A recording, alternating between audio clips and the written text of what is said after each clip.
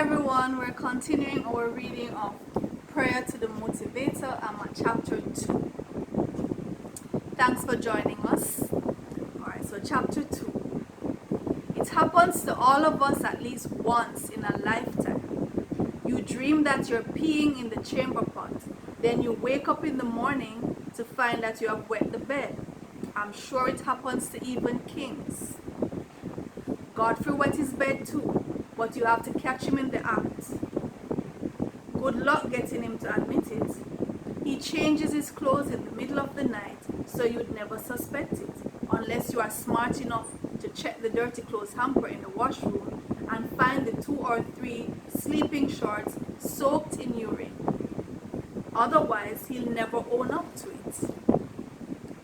Before we were born, my twin brother Godfrey sat on top of me for 5 months, 3 weeks, and 5 days.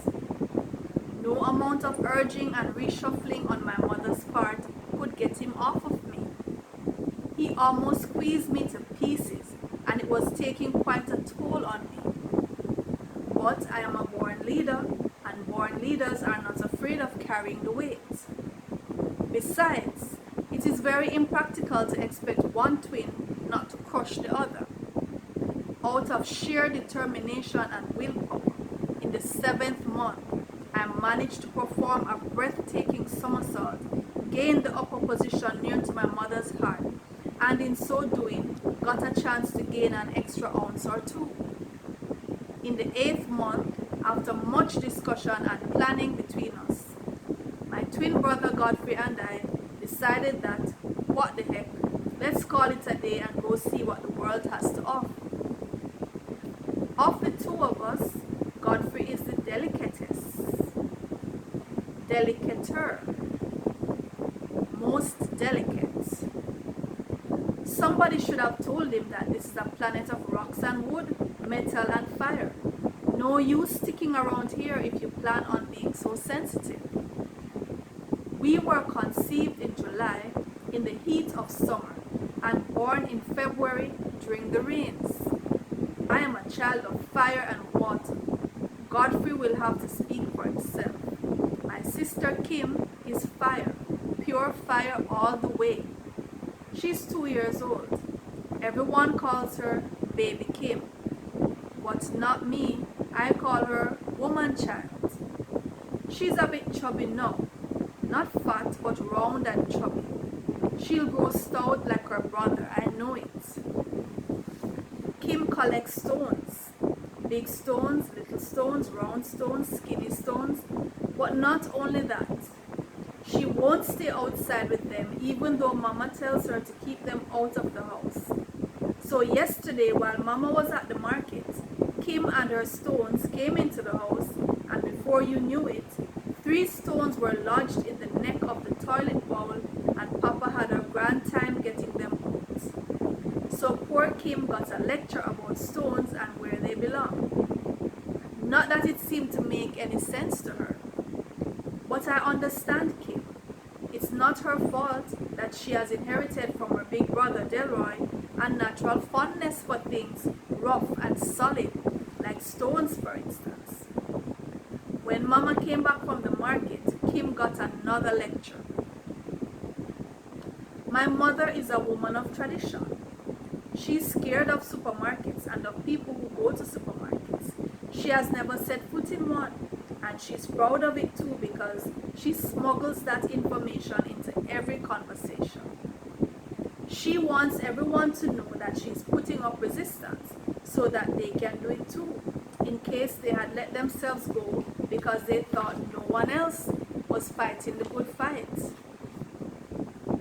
So we don't use floor polish or self-shining liquid on our wooden floors. We stick to the traditional rubbing of beeswax and red oak, which is the only true fashionable thing that you can do for your floor, because beeswax and floors have made a pact to work magic together. And beeswax doesn't leave that awful smell that they add to the floor polish. When it's my time to wax the floors, I put on an air of self-importance and fanfare. Everyone else has to stay outdoors, except when they have to come inside to pee, at which point I seized the opportunity to make a fuss about them messing up my shiny floors. So I was saying about my mother. She calls the supermarket the sugar market because, as she says, there's hardly anything in there that isn't loaded with sugar. Whether it's sugar undercover or just plain barefaced sugar daring you to resist it. But she doesn't forbid us to go. She only cautions us. Whenever my mother is out, my father prepares the meals. You can always tell when Papa has been in the kitchen. The whole place is full of nothing but water. All the pots and plates are out of their places. All the pipes are dripping and running full force. The floors are wet and the fancy chef uniform he's wearing is wet, and the chef's hat, which he always puts on when he's in the kitchen, no matter what, no matter if he's only there talking to Mama, is also wet. You would think that after all of that, he would at least even the score and come out with something delightful to eat, like Mama always does. He'll feed you, but you're only getting the basics. My father is no gourmet. Most of the time, when he's in the kitchen, he's only boiling water to soak his fishing tools in. He's a fisherman, you see. I wouldn't say that I'm afraid of my father. I'm not afraid of him. Well, maybe I'm afraid of his eyes and his voice, but only sometimes, because he only shouts when you've done something wrong. Well, only when he finds out. But owing to the luck that I have with Mrs. P, he finds out often enough. Seeing that I'm the one telling this story, I suppose you want to know a bit about the place where I live. Now you already know that I won't be giving you the exact location, so don't try to pull a fast one on me. The house itself is in a valley, as are most of the other houses, but the real center of the community is on top of the hill. We call it the square. There's a post office, a pharmacy, a bar, no, 2 bars, a small credit union, a gas station, a supermarket, a barber shop, a police station, too many corner shops to count, the library, as I've told you, more churches than you can imagine, and the cemeteries to go along with them. Mr. Obi, my neighbor, owns the bar. His brother, Willie, owns the barber shop. Mr. Oval, the ex-district constable, who has a bullet lodged in his left leg, owns the gas station and the grocery shop adjoining the gas station. Miss Hilda is a dressmaker who used to make clothes for my mother. She's 82 years old now and she doesn't sew anymore, at least she doesn't take in orders. It was Miss Hilda who taught my mother how to sew. Sometimes my mother gives me food to take for her because she lives all alone. Her house is very far from the rest of the village. You climb up a very steep hill, and just before you come to the end of the earth, you turn right. Her house is the only one there. I love when Miss Hilda tells me stories about the old times. That's what she calls them, the old times. She makes her porridge so that she can slice it and eat it. I think that's the way they must have done it in the old times. There are many hills surrounding my community. Sometimes I climb to the top of one of them and look down at the village. You can find many lovely flowers there, and I always take some back for my mother, who is a born collector of flowers. When my grandfather was alive, Godfrey and I used to go into the hills with him to plant yams. When the yams were ready, we would reap them. Then for lunch, we would catch birds and roast them with yams, wash that down with water from a nearby stream, call up a loud hearty belch, or usher down a healthy bout of wind by pounding gently on our bellies. I miss my grandfather. On Saturdays after the library closes, if I'm not exploring the hills, I'm by the beach helping my father with the nets. When I was younger, I used to roam through the valley with the other children. I would go from house to house. I wasn't really curious about the people in the houses. No, it wasn't the people at all. It wasn't the houses themselves either.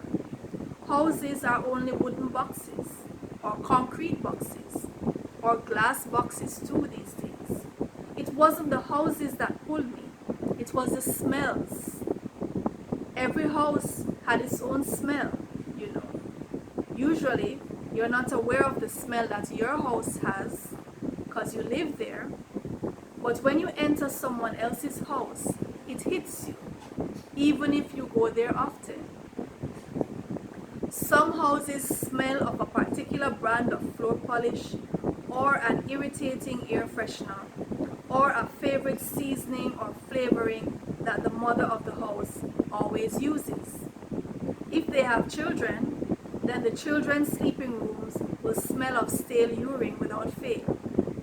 Our neighbor who bakes cakes, her house smells really sweet, and the minute you go through the door, you know that you're in the house of a cake baker. One house down the road always smells of a special brand of disinfectant. I can't explain it. Most times I avoid that house. Tilicia's house smells like lilac and baby powder. Annie's house smells of cinnamon and pimento even on the veranda.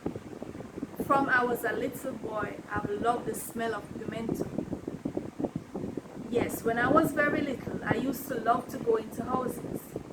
Oh, if only I could have gone into every house and sampled all the smells. It's different now.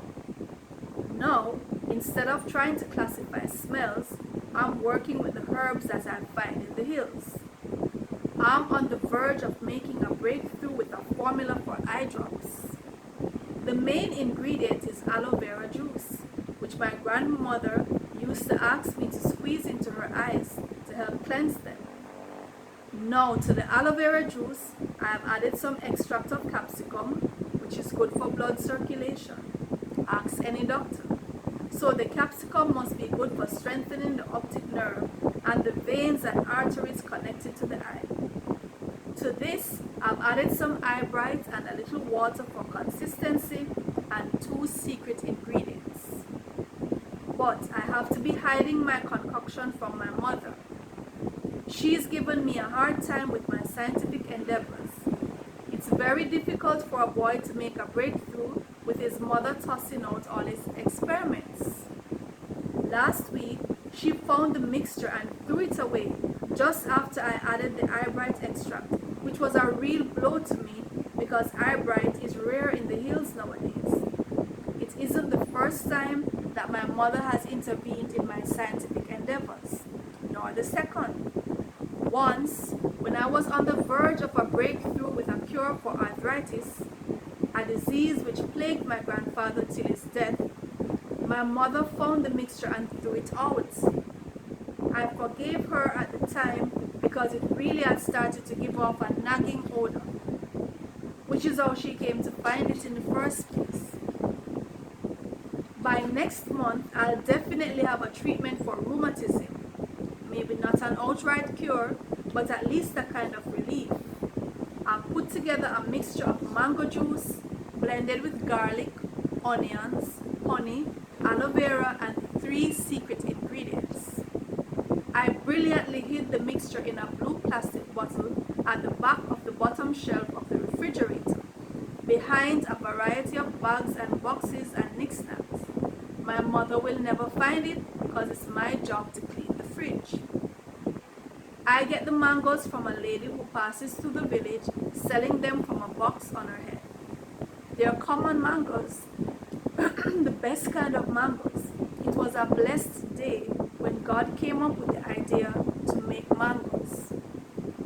So with all this scientific stuff keeping me busy, I don't have time to go sniffing about in houses anymore. And besides, there are chores to do at home. There are things to help my father to do at the beach. There's the library, there's school, and last but not least, there's piano lessons. Yes, you guessed it. Godfrey and I go to piano lessons. Why? Search me. Well, to be honest, Godfrey goes to piano lessons. I pass by from time to time to show my face and keep down suspicion. You're supposed to go on Monday and Wednesday afternoons, and we're supposed to stay there for 1 whole hour befriending the piano. I'm not into that kind of stuff. Mrs. Pinnock sensed from early on that my fingers have no passion for the piano, and she accepted it with humility. She's a practical lady, that Mrs. Pinnock. She doesn't mind my not coming. In fact, I think she feels a bit relieved when I don't turn up. She still gets paid anyway. Not that I'm saying she's a crook or anything. Godfrey, on the other hand, started off with a bang. I mean literally. With a combination of B flats and G majors, he won his way into her heart. A heart that only has room for singers and players of instruments. On those days when I do visit piano class, it's only so that I don't completely break my mother's heart. You see, she's a music lover. I bribed Godfrey not to tell her. I couldn't bear to see the pain in her eyes. You see, she has dark, beautiful eyes. She makes you feel nice when she looks at you. So as far as possible, you try to avoid bringing pain to those eyes. My father wouldn't worry too much about my ducking piano lessons. He's practical too, like Mrs. Pinnock. So when I turn up on a Monday or Wednesday afternoon to help him with the nets, he doesn't ask any questions. He's a practical man. I like that about him. After Papa has pushed out to sea in the evenings, I sometimes stay behind on the beach for a while before heading home. I love to look at the sea, all those fish. I've been out in the boat many times with Papa. He teaches me a lot about the sea and the fish. While I'm there on the beach, I can't help thinking about the fish in the tank and the library. Such confinement. I must free those fish, I say to myself. Some way or another, I must free those fish. The sea also reminds me of history class. In what way? I hear you mumbling. How can the sea remind you of history class? Well, isn't it history class that tells us about ships sailing across the Atlantic, bringing my ancestors to the Caribbean?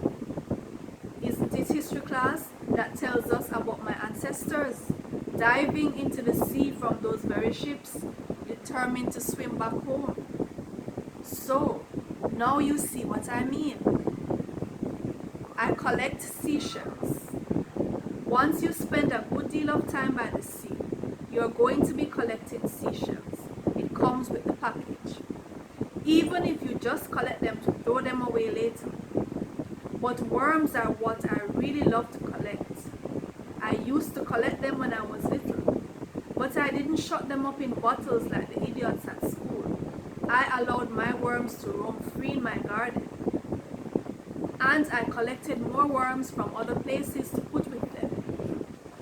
I was tempted to give them names, but I gave up the notion because after 5 minutes of scrutiny, I realized that they all looked exactly alike.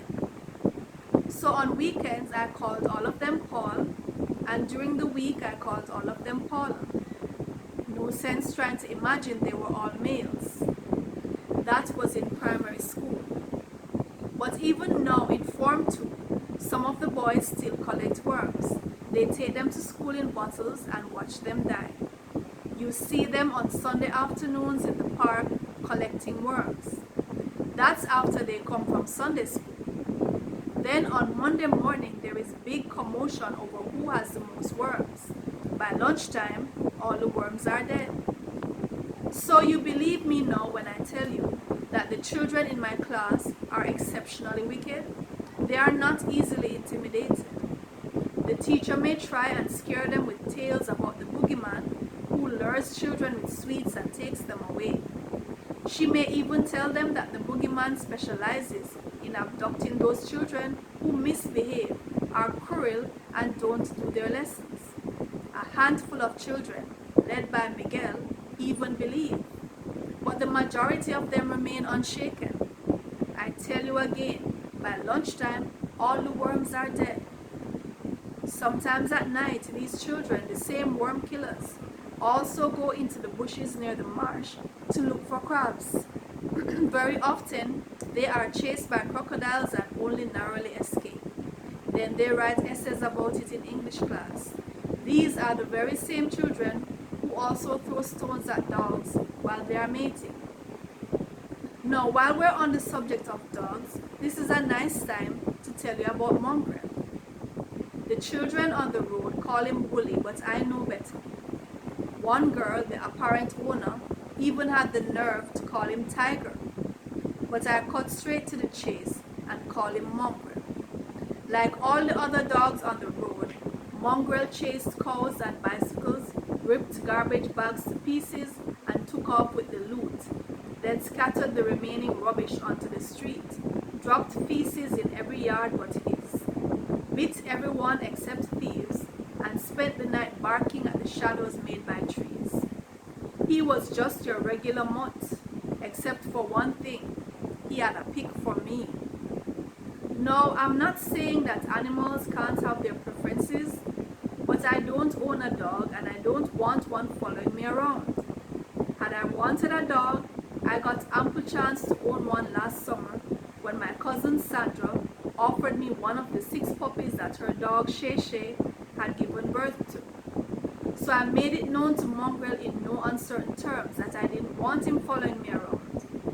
The poor dog, not able to deal with the unreturned love, made a turn for the worse and added me to his enemy list. From that day it's been outright war. He lay-waits me in the mornings when I'm leaving for school and he threatens me with his canines. He set up another ambush in the evening when he knows that my coming home hours are drawing nigh.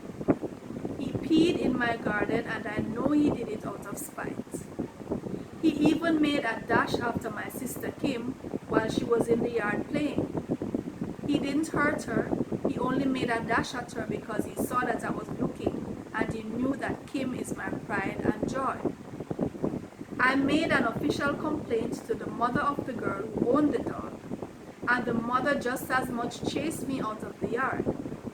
She said that she relied on the dog to chase away thieves, that he was a well-respected dog in the community, that it was the first time that anyone was lodging any kind of complaint against her pious dog, and that if it happened that the dog bit me in self-defense, she would not be paying for the bites. So you can understand that I had no choice. I had to poison the dog. As if he knew what I was up to, he started eyeing me suspiciously. But my mind was firm. I didn't let his sad face shake me. I had to do my bit to rid the neighborhood of this menace. I found a bottle deep down in my father's cellar marked poison. I carefully soaked some in some sponge along with meat sauce and left it out where I was sure he would find it. It must have worked because the next day he was lying in the yard looking sick and tormented, making strange sounds as if he wanted to vomit but couldn't, and by evening he was flat dead. The dogs, you see, are like the fish. They are both enslaved and confined. They roam the streets but they cannot leave. They are depressed. They take out their frustration by biting innocent people who have nothing to do with their misery. But now Mongrel, God rest his poor soul, will roam no more. My best friend Miguel has 3 dogs. He chains them up to a post in his yard, which is just as bad. I beg him every day to release the creatures, but he says that they will only come back. He has a point there. The dogs are born in the yard and that's the only world they know. Miguel's mother feeds them unturned cornmeal, chicken bones, and cow's liver. She prides herself on taking care of her dogs, and she dares any thief to try to get past them when she pulls the chains at night. I can't let Miguel know that I have plans to poison his dogs. When Miguel goes to the shop, he has to pass by my house. When I was on my way home from the library today, I met him coming from the shop. He had scattered flour all over the road. The white powder was also covering his face, hair, and clothes. He achieved this by removing the bag of flour from the basket which his mother had given him, held the bag by the knot, and swung and swung and swung until the plastic gave way and the flour was released. Normally, when I see him in a situation like this, I don't prompt him for details. But today my curiosity got the better of me. I wanted to get to the bottom of this one. So I gathered up my courage and I asked him, "Why did you swing the bag of flour?" "It was fun," he said. "I always do it." No, I could have left it at that. I could have said my farewell and gone on home. But no, not me. I live for adventure. "But this is the first time that it has burst?" I asked him. "No," said my best friend. "It bursts all the time. That's part of the game." "Seems like you're in for a whopping though." "Yeah." "So aren't you worried?" His mother is a powerful woman. "Nah," he said, shrugging his shoulders. "She beats me all the time. It wears off after about an hour." It's true though. Beatings tend to wear off after about an hour. Mrs. P says that no teacher but her should beat the students. It's just like Mrs. P to want to hoard such a privilege to herself. But the teachers beat anyway. They will not be deprived. They beat the boys especially. The boys compare notes while walking home in the evenings to see who got the worst beating and who could take it and who couldn't. They make bets on who will get the worst beating tomorrow. In Form 1, I used to walk home with a group of boys. We called ourselves Big Bread Posse. Want to guess why? It's simple. We put aside a little money at lunchtime, and after school, we pooled together to buy a monstrous hard dough bread from the bakery. Then, we would share it among ourselves, breaking and eating as we walked. Sometimes, we would wash it down with some sky juice, which we would pass from one to the other. Sometimes, we had to do without the bread and the sky juice because we were saving up to buy some silly thing or the other, like a football or a model firefighter or one of those expensive giant kites that you had to buy because you didn't have the special fancy material to make it. When we were saving to buy those things, we had to do without the bread, but we roamed through the cemetery searching for cherries and pomegranates. In Form 1, I was among the lot who made paper planes and sailed them across the room at teachers, and also at the teachers' pets, and also at each other. And yes, I too was guilty of pulling away someone's chair or sticking my foot out in the way so that the monitress could fall. But I was 11 at the time and very lost. I don't do those things anymore. But I still play marbles and I still throw elastic bands. Like yesterday, I saw Sheldon at recess. He always has nice thick elastic bands because his mother works at a factory. And he's a show-off too. So when you see him, you brace yourself for it. My thin, stringy elastic bands were trembling in my pockets. "Want to see my collection?" he asked. He turned out his 4 pockets, and when he had emptied them, I saw that in all he had 32 elastic bands, an assortment of various colors and sizes, each one a real collector's item. So naturally, I started scheming on how to get him to hand them over to me, in exchange, of course, for my elastic bands, which were by far inferior. But he would hear nothing of the exchange. The spoil sport. and I had no choice but to challenge him to a fair and strictly legal game of elastic band throwing, which he gladly accepted because he prides himself as the #1 elastic band thrower. And he does have a point there, because in the end, he relieved me of 20 of my elastic bands, which when you think of it isn't much of a loss at all, considering that they were all scheduled to burst any day now. The girls are smarter. They knot their elastic bands into long, thick skipping ropes and have a great deal of fun hopping and skipping during recess. I don't make paper planes anymore, but almost everybody else does. It is considered a disgrace for anyone to be in Form 2 and not be able to make a decent paper plane. Due to this requirement, which is a form of initiation and gives a child its status, you start perfecting your plane making from the primary level. So once you hit Form 2 of secondary school, you ought really to be classed in the professional circle of paper plane makers. So the teachers of Form 2 get more planes tossed at them than any other group. Mrs. P can no more protect her teachers than she can protect her students. She herself is in constant danger of attack. I should know. She has her tools. Yes, she has her tools. There's a briefcase she carries, her house and land we call it. That briefcase is full of books and documents. She dropped it once and I helped her pack it back together. She has her office, in which there are telephone, intercom, armies of scrolls, medals and trophies and diplomas hung up on the wall. I end up in the office quite often. Yes, she has her tools. Her name isn't Plumber for nothing. Because, when you think of it, the school as it is like a pipe that has gone bad. So they have commissioned Mrs. Plumber, who should fix the leak, but she can't. She resorts to showing us films about how to cross the road. Look up, look down, look up again. We saw one just this morning. This morning's film was about careers, what to be when you grow up. Mrs. Massop had something to do with the selection, I am sure. Miguel wants to be an undertaker like his daddy. His daddy is rich.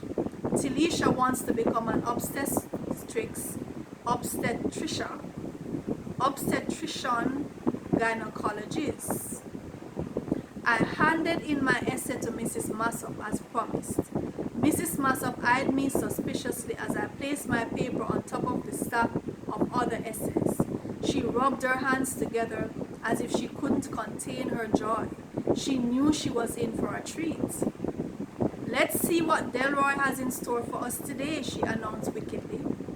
Delroy, if only you'd work on your spelling. You have such clever ideas. It's her usual lecture each time I hand in my paper. It's a habit she can't break out of. So I gear up for it, and now I'm so used to it that if she didn't sing that jive, I wouldn't feel normal. But still, she shouldn't make such a fuss. I had her in Form 1, so she already knew beforehand that I'm no spelling bee. More and more, this English thing is getting to me. If there was, say, a set of rules that you could stick to, with give and take a few exceptions to those rules, then that would be fine. You could study those rules and stick to them. But the rules of the English language, if you abide by them, will get you into trouble. For instance, if the past tense of bake is baked, then the past tense of take should be taked. Or the other way around. If the past tense of take is took, then the past tense of bake should be book. Am I wrong or am I right? Correct me if I'm wrong, because I'm only 12. Godfrey says I carry on too much about being 12. It's just a number, he says. He's 12 too, and I don't see him getting all excited and pretending to be king. That's what he says. He thinks that all 12 does is sit idly all day. Well, I've got news for him. It takes 12 things to make a dozen. It takes 12 months to make a year. There are 12 hours on the face of a clock. When they needed a number to represent the zodiac, which number did they call? The number 12. The Christians will tell you that there were 12 disciples. Even the math tables are written in groups of 12. And when they needed a strong number to bridge the gap between 11 and 13, which number came to the rescue again? Number 12. It takes 12 times 12 items to make a gross. 12 is a good round number, a very busy number indeed. So next time you think 12 isn't special, think again. I'm proud of my 12-year-old body. Think about it. In 12 long years, I've had no broken bones, despite many falls. I've had no gland removed, unlike Miguel, who had his tonsils taken out in primary school, or Lisa, who had her adenoids removed last month. My teeth are intact, except for maybe a cavity or two, but nothing major. I have regular bowel movements. The only blotch on my record is that, truth be told, I sometimes suffer from an infestation of worms,